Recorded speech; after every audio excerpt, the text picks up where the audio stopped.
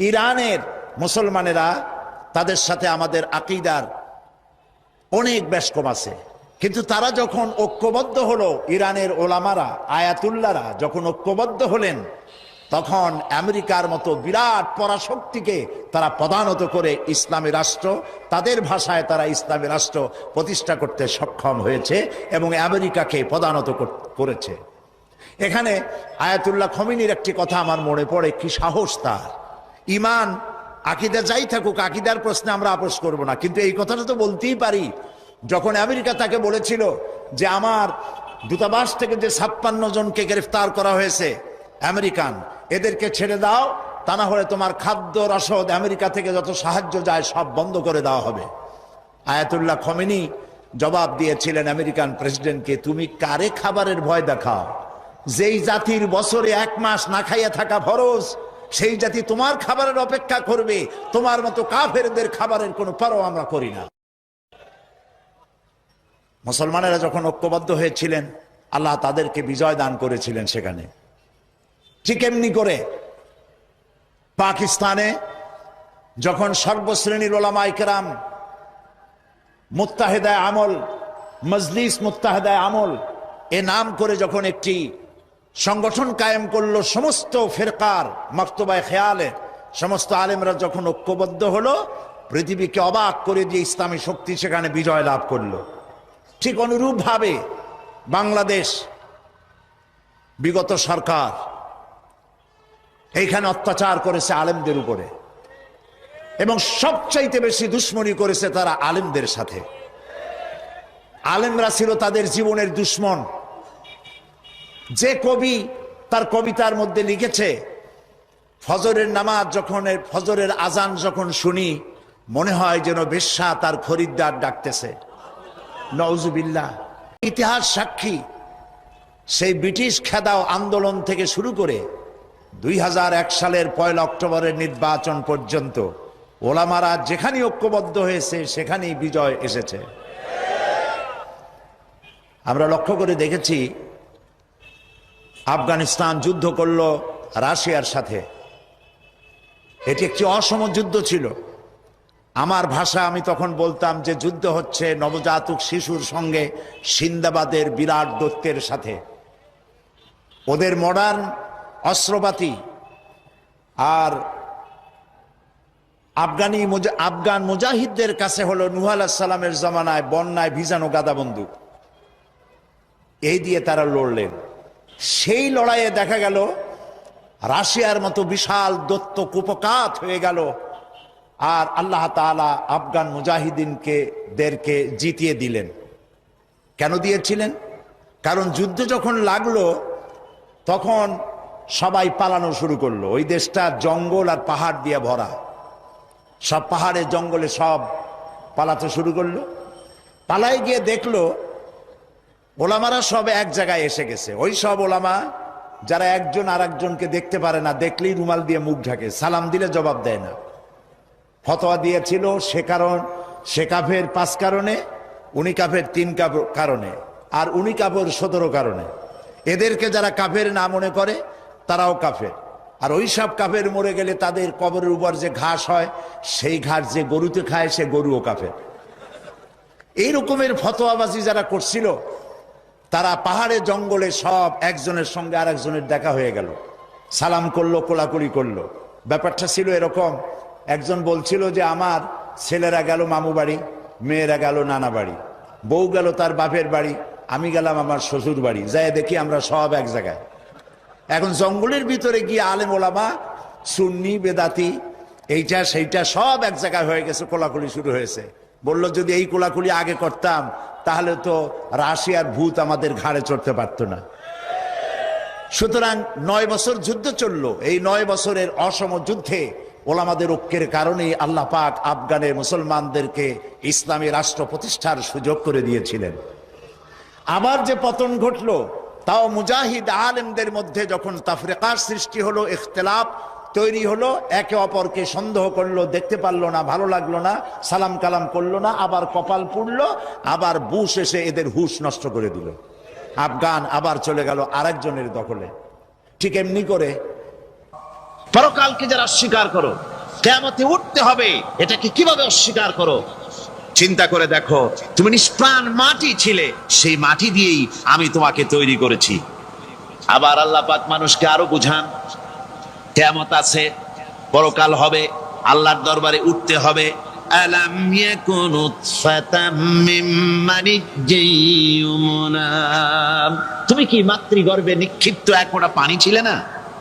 সুম্মা কানা আলাকাতান ফাখালাকা ফাসাওয়া, এরপরে তোমাকে মাংসপিণ্ডে, জমাট রক্তে মাংসপিণ্ডে পরিণত করা হলো, এরপরে তোমাকে সুন্দর করে তোমাকে সুগঠিত করা হলো। فجعل منه الزوجين الذكر والأنثى, এরপরে মাতৃগর্ভের ভিতরে আমি এটাকে পুরুষ বানালাম, কন্যা সন্তান অথবা পুত্র সন্তানে পরিণত করলাম। এইটা যে পেরেছে, যিনি পেরেছেন, আলাইসা যালিকা বিকাদিরিন আলা আইয়ুহিয়াল মাউতা, সে আল্লাহর পক্ষে কি সম্ভব নয় যে তোমার মৃত্যুর পরে তিনি আবার জিন্দা করতে পারবেন? কি বলবেন, কি বলেন, সম্ভব না? তিনি পারবেন না? নিশ্চয়ই তিনি আবার কিয়ামতের মাঠে আমাদেরকে হাজির করতে পারবেন, এতে কোনো সন্দেহ নাই। আল্লাহ পাক সেই জন্য এখানে বলতেছেন যে ওরা বাল কাযযাবু বিসসাম, ওরা আসলেই পরকালকে অস্বীকার করেছে। আপনি যে নবী, এতে কোনো সন্দেহ নাই। আপনি খানা খান, আপনি বাজারে যান, এটাই মূল আপত্তির বিষয় না। মূল কথা হলো তারা পরকালকে অস্বীকার করেছে।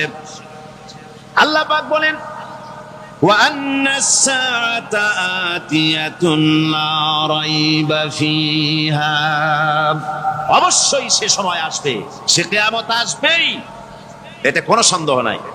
ওয়া আন্নাল্লাহা ইয়াবআসু মান ফিল কুবুর, আর আল্লাহ পাক তিনি কবরের মধ্যে অন্তর্হিত যা কিছু আছে সবাইকে কিয়ামতের দিন আল্লাহ পাক ময়দানে উঠাবেন।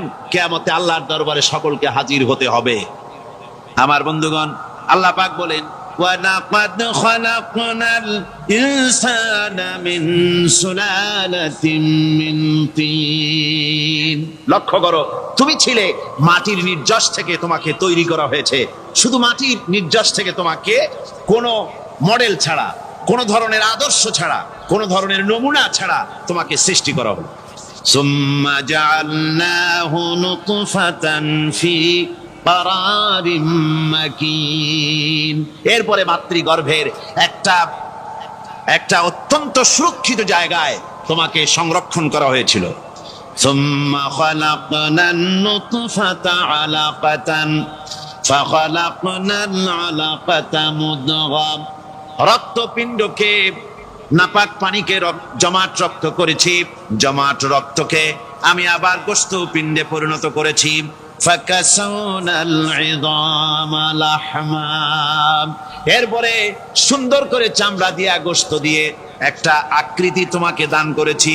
সুম্মা আনশানাহু খালকান আখারা ফাতাবারাকাল্লাহু আহসানুল খালিকিন, এরপরে সুন্দর একটা বিশেষ একটা আকৃতি দিয়ে তোমাকে আমি সুন্দর করে সুগঠিত করে তোমাকে তৈরি করেছি। সুম্মা ইন্নাকুম বা'দা যালিকা লামাইতুন, এরপরে আমি আল্লাহ রাব্বুল আলামিন তোমাকে মৃত্যু দেব, অবশ্যই তোমাকে মৃত্যুবরণ করতে হবে। সুম্মা ইন্নাকুম ইয়াউমাল কিয়ামাতি তুবআসুন, এরপরে কিয়ামতের দিন আসবে, ওই বিশেষ মুহূর্ত আসবে, সেই নির্দিষ্ট সময় আসবে, ওই কিয়ামতের মাঠে আল্লাহর দরবারে তোমাদের সকলকে উঠতে হবে, কোনো সন্দেহ তাতে নাই। আল্লাহ পাক বলছেন وَأَعْتَدْنَا لِمَنْ كَذَّبَ بِالسَّاعَةِ سَعِيرًا, আমার এই পরকালকে, এই আখিরাতকে, কিয়ামতের দিনকে যারা অস্বীকার করবে, যারা মিথ্যা মনে করবে, আমি তাদেরকে জ্বলন্ত আগুনের শাস্তি তাদের জন্য রেখেছি। জোরে বলেন নাউজুবিল্লাহ। সেই কিয়ামত যে দিনটা আল্লাহ পাক মানুষের জন্য রেখেছেন, সেই কিয়ামতের অবস্থা বড়ই মারাত্মক। মানুষেরা তা জানে না। মানুষ যদি তা বুঝতে পারতো, জানতে পারতো, তাহলে মানুষেরা গুনাহের কাজ করতে পারতো না। আপনারা কি চিন্তা করেন, ওই যে কাফের গুলি মক্কার জীবনে রাসূল পাক সাল্লাল্লাহু আলাইহি ওয়াসাল্লামের মক্কি জিন্দেগিতে যে সমস্ত মানুষগুলি চুরি করত, ডাকাতি করত, জেনা করত, বদমাশি করত, মানুষ হত্যা করত, এই লোকগুলি ফিরে আসলো কিসের কারণে? তাদেরকে আখিরাতের কথা বলা হয়েছে, এই পরকালের কথা বলা হয়েছে। কোরআন শরীফে আল্লাহ রাব্বুল আলামিন পরকালের কথা, মৃত্যুর কথা, কিয়ামতের কথা, হাসরের কথা, সিরাতের কথা, মিজানের কথা, মওতের কথা যত বলেছেন, জান্নাতের কথা যত জায়গায় যতগুলা বলেছেন, সবগুলি আয়াতে কারিমা যদি এক জায়গায় করা যায় তাহলে পুরা কোরআন শরীফের 1/3 10 পারার সমান হবে। জোরে বলেন সুবহানাল্লাহ। যেহেতু পরকালের চিন্তা ছাড়া মানুষের জীবন পরিচ্ছন্ন হতে পারে না, সুন্দর হতে পারে না, অপরাধ মুক্ত হতে পারে না।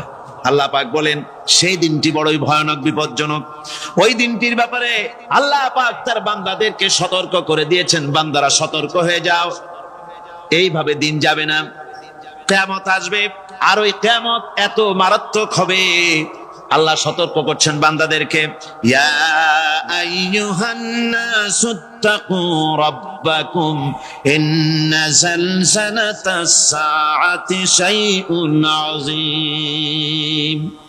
হে মানব সকল, আত্মরক্ষা করো খোদার গজব থেকে, আল্লাহর গজব থেকে আত্মরক্ষা করো। ইন্না যালজালাতাস সাআতি শাইউন আযীম, সেই কিয়ামতের সেই কম্পন খুবই মারাত্মক, খুবই ভয়াবহ কম্পন সৃষ্টি হবে সেদিন। ইয়াউমা তারাউনাহা তাযহালু কুল্লু মুরদিআতিন আম্মা আরদাআত। সেদিন দেখতে পাবে স্তন্যদায়িনী মা, যে মা তার সন্তানকে দুধ দেয়, ওই মাও তার দুধের বাচ্চার কথা ভুলে যাবে, মনে থাকবে না। আল্লাহ রাব্বুল আলামিন বলেন, وَتَضَعُ كُلُّ ذَاتٍ حَمْلٍ حَمْلَهَا। গর্ভধারিণী আর আপনার মোবাইলের স্পিকার দিয়ে হোক 1 ঘন্টা 1.5 ঘন্টা 30 মিনিট যাই হোক লম্বা লম্বা তেলাওয়াত ঘরের মধ্যে ছেড়ে দিয়ে চুপচাপ শুনবেন, শুয়ে থাকবেন ছেড়ে দিয়ে। বাচ্চা ঘুমায় না, ঘরের মধ্যে তেলাওয়াত চালায় দেন, দেখবেন এই তেলাওয়াতের বরকতে আল্লাহ তাআলা শয়তানের সবগুলো জাদুর গিট্টু কেটে দিবে, শয়তানের সবগুলো বান আল্লাহ তাআলা অকেজো করে দিবে। এবং তেলাওয়াতের বরকতে, কোরআনুল কারীম তেলাওয়াতের বরকতে, আল্লাহর ইসমে জাতের নামের বরকতে ঘরের থেকে শয়তান এবং শয়তানের সকল প্রতিক্রিয়া আল্লাহ তাআলা দূর করে দিবে। প্রতিদিন যদি কেউ বাসায় এই কাজ করে, বিশেষ করে যেই মহিলার বাচ্চারা রাতে ঠিক মতো ঘুমায় না, আপনি অ্যাপ্লাই করেন, প্রতিদিন বাচ্চার মাথার ঘরে আপনি এটা ছেড়ে দেন, দেখবেন আপনার বাচ্চা সবার আগে ঘুমাবে। কোরআনের বরকত বাইরে, কোরআন আল্লাহ আমাদের দিয়েছেন, আমরা ব্যবহার করবো না কেন, আমরা আমল করবো না কেন? যাই হোক, অনেক কথা বলেছি, নির্দিষ্ট বিষয়বস্তুর ভিতরে থেকে শেষে কিছু পরামর্শ এবং আমলের কথা বলেছি। কেউ যদি কষ্ট পেয়ে থাকেন, আল্লাহ তাআলা ভুল কথাগুলো ক্ষমা করে ভালো কথাগুলোর উপরে আল্লাহ আমাদের সকলকে আমলের তৌফিক দান করেন। সকলে বলেন আমিন। কি আপনারা কষ্ট পেয়েছেন নাকি? খুশি আপনারা? কারা কারা খুশি? নারায়ে তাকবীর। দুই হাত উঁচু করেন, সবাই হাত উঁচু করেন, নারায়ে তাকবীর, নারায়ে তাকবীর। বলেন বিসমিল্লাহ। আরেকবার বলেন, আরেকবার বলেন। পকেটে হাত দেন, 3 বারের বিসমিল্লাহ, বরকত বেশি। 2 হাত পকেটে হাত দেন। শীতকালে পকেট অনেকগুলো, যেই পকেটে টাকা ওই পকেটে হাত দেন। মাদ্রাসার জন্য যার কাছে যা আছে শেষ সম্পদটুকু দান করে দিয়ে যান। যার কাছে যা আছে, রিক্সা বাড়ি হেঁটে যাবেন, দেওয়া হয়ে গেছে, টাকার সব দেওয়া হয়ে গেছে, যাক দেওয়া হয়ে গেছে যেহেতু আর কি দিবেন, দোয়া দিয়ে। আর যার কাছে আছে শেষটুকু দিয়ে দেন। ছাত্ররা একটু পেছনের দিক থেকেও কেউ যাও, এক জায়গায় যাইও না, ছড়ায় ছিটায় যায়। মহিলা প্যান্ডেলে যারা দায়িত্বে আছেন, মা বোনেরা আপনারা একটু দানে এগিয়ে থাকেন। মন্দির খুলে দেন, মাদ্রাসার কাজ কাম শুরু হবে, আপনারা মন্দির খুলে দান করেন। আর এই প্যাকেটওয়ালা যারা দান নিতেছে, তোমরা এখান থেকে চলে যাবো দোকানপাটে, আরো আগে যাওয়া হয়েছে কমপ্লিট, ও জায়গায় ভুল করে না। দোকানপাটে বহুত ব্যবসা, ওই দোকানের লোক সব আপনি এরকম মাঠ আরো বড় লাগতো, এত লোক এই মাহফিলের দোকানপাটে আসে, আর দোকানদারেরাও এত আসে, মাশাআল্লাহ। আচ্ছা যাক, আমি চাই না যে কারোর ব্যবসা ক্ষতি হোক, কিন্তু সবকিছুর লিমিটের ভিতরে থাকা দরকার। একটা নির্দিষ্ট এরিয়ায় মানে মাহফিলের থেকে আমরা গাড়ি নিয়েই ঢুকতে পারি না, এত পরিমাণ রাস্তার অবস্থা। ওনারা ব্যবসা করুক, সমস্যা নাই, কিন্তু নির্দিষ্ট একটা টাইম আমি একটু পরামর্শ দিয়ে যায়। দোকানদাররা দোকানদারিও করুন, মাহফিলারা মাহফিলও করুন, একটা টাইম দিয়ে দেন যে প্রধান বক্তার বয়ানের আগ পর্যন্ত দোকানদারি চলবে এবং নির্দিষ্ট দূরত্ব পর্যন্ত চলবে। প্রধান বক্তার বয়ান শুরু হয়ে যাবে, দোকানদারেরাও দোকান থেকে মাহফিল শুনতে আসে, এরকম সিস্টেম করেন, তাহলে ওর ব্যবসাও হলো, আমাদের ওয়াজও হলো, শেষে কালেকশন হলো, সবই হলো। ঠিক আছে না? ওনারা শেষে আবার ব্যবসা করবে। যে প্রধান বক্তার বয়ানের টাইমে কোনো দোকানদারি চলবে না, দোকানে যদি বসেও থাকেন দোকান বন্ধ করে বসে থাকবে, স্বেচ্ছাসেবক লাঠি নিয়ে করবে, খবরদার। ঠিক আছে না?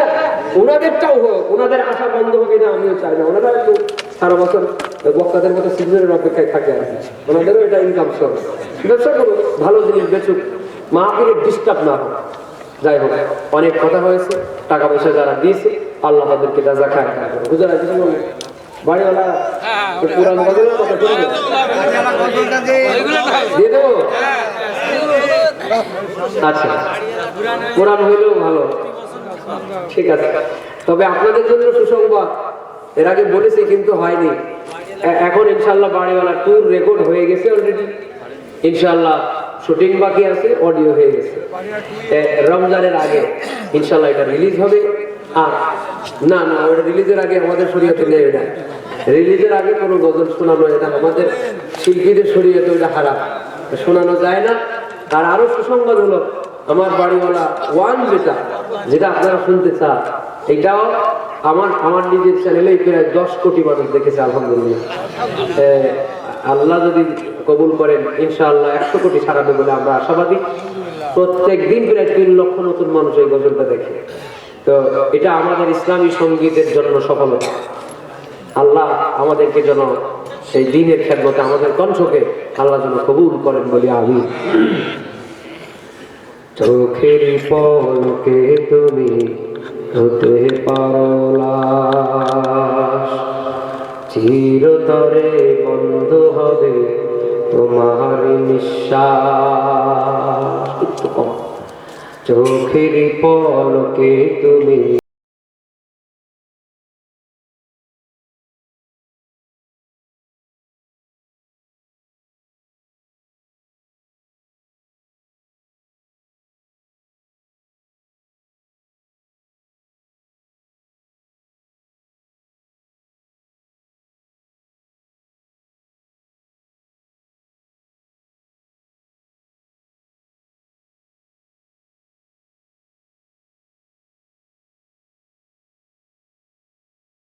বাড়িওয়ালা নাই রে বাড়ি নাই রে দুনিয়াতে, বাড়িওয়ালা নাই রে বাড়ি নাই রে দুনিয়াতে। তোমার ভয় থাকতো মানুষ ছিল বাহাদুরি, ভাবনি হাওয়ায় ওড়া তুমি যে রঙিন ঘুড়ি। তোমার ভয় থাকতো মানুষ ছিল বাহাদুরি, ভাবনি হাওয়ায় ওড়া তুমি যে রঙিন ঘুড়ি। সুতোয় টান দিলে মালি ও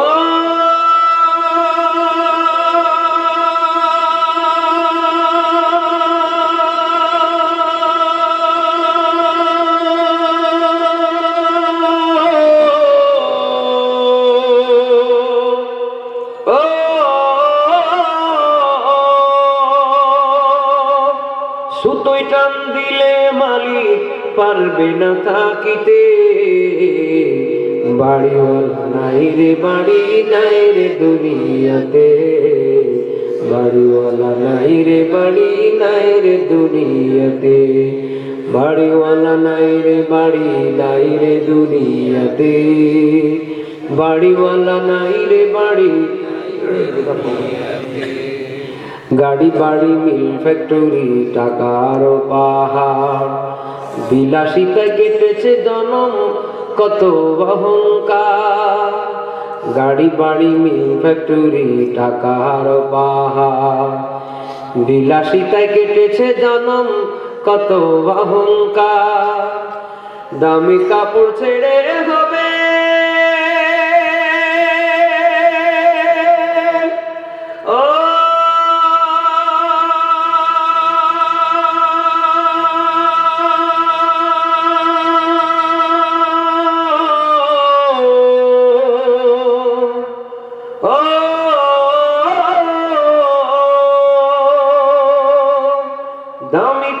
ছেড়ে হবে সাদা কাফন পরিতে,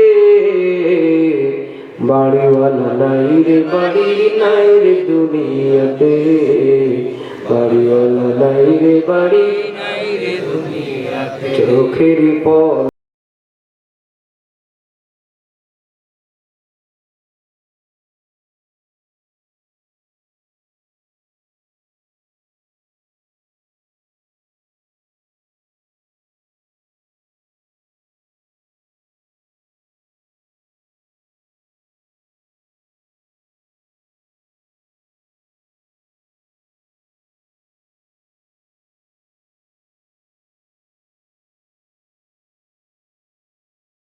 বাড়িওয়ালা নাই রে বাড়ি নাই রে দুনিয়াতে, বাড়িওয়ালা নাই রে বাড়ি নাই রে দুনিয়াতে, বাড়িওয়ালা নাই রে বাড়ি নাই রে দুনিয়াতে, বাড়িওয়ালা নাই রে বাড়ি নাই রে দুনিয়াতে। আলহামদুলিল্লাহ, অনেক রাত অনেক শীত। আলহামদুলিল্লাহ, আপনারা যে এত সময় পর্যন্ত বসে আছেন শীতের মধ্যে, এজন্য আপনাদের সকলকে আমি আবারও ধন্যবাদ জানাই, মোবারকবাদ জানাই, দোয়া করি। এখন আমরা মোনাজাতে যাব। এই ময়দানে, এই মাদ্রাসার আয়োজনে, মাহফিলে আমি এর আগেও বহুবার এসেছি। আমাদের বেলাল ভাই মাদ্রাসা কর্তৃপক্ষ আমাকে দাওয়াত করেছেন। গত বছর আমার ডেট মিলে নাই, আসার সুযোগ হয় নাই। সমস্যা হলো যে ডেট নির্ধারণ করে আমাদের দাওয়াত দেয়, এই জন্য মিলে না। আমার থেকে নিলে আর মেলানো সহজ হয়ে যায়। সামনে থেকে আমার থেকে নিবেন, ইনশাল্লাহ সহজ হবে। আপনাদের এখানে আসতে আমারও ভালো লাগে, আপনাদের সাথে আমাদের একটা মহব্বত। এবং আমাদের এই ভাই নিম টিভি না, হ্যাঁ আমাদের, হ্যাঁ, তো এইখানে আমার ইউটিউবে সব থেকে বেশি ভিউওয়ালা যে বয়ান, সেটা এই ময়দানের বয়ান, নিম টিভিতে মনে হয় না। তো এখানে ওনাদেরও ভালো চলে। সেই হিসাবে এই মাঠের কথা আমার মনে থাকে। হ্যাঁ, কয়েক মিলিয়ন, মানে 5 মিলিয়নের উপরে, অর্থাৎ 50 লক্ষের উপরে ভিউ আছে এই ময়দানে। প্রথমবার যেটা আসছিলাম ওইবারের বাসটা, তো এটা বহুত মানুষ দেখে, প্রতিদিন বহুত মানুষ দেখে। তা আলহামদুলিল্লাহ, সেই কারণে আপনাদের সাথে মহব্বত। আল্লাহ তাআলা আমাদের সকলকে দিনের জন্য কবুল করে।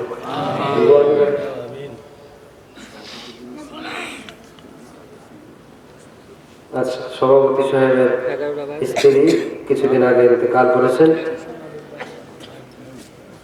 একজন আছে অসুস্থ, সবার জন্য দোয়া হয়। ইস্তিগফার পড়ে আস্তাগফিরুল্লাহ রাব্বি মিন কুল্লি যামবি ওয়া আতুবু ইলাইহি, লা হাওলা ওয়ালা কুওয়াতা ইল্লা বিল্লাহিল আলিয়্যিল আযীম।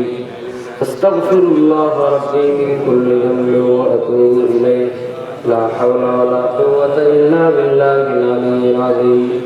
اللهم صل على سيدنا ونبينا وشفينا وحبيبنا ومولانا محمد صلى الله عليه وعلى آله وأصحابه وبارك وسلم. الحمد لله رب العالمين، والصلاة والسلام على رسوله الكريم. ربنا ظلمنا أنفسنا وإن لم تغفر لنا وترحمنا لنكونن من الخاسرين. ফেলিয়ে না দিও মাবুদ, ফেলিয়ে না দিও, গুনাহ যত করেছি ক্ষমা তুমি করিও।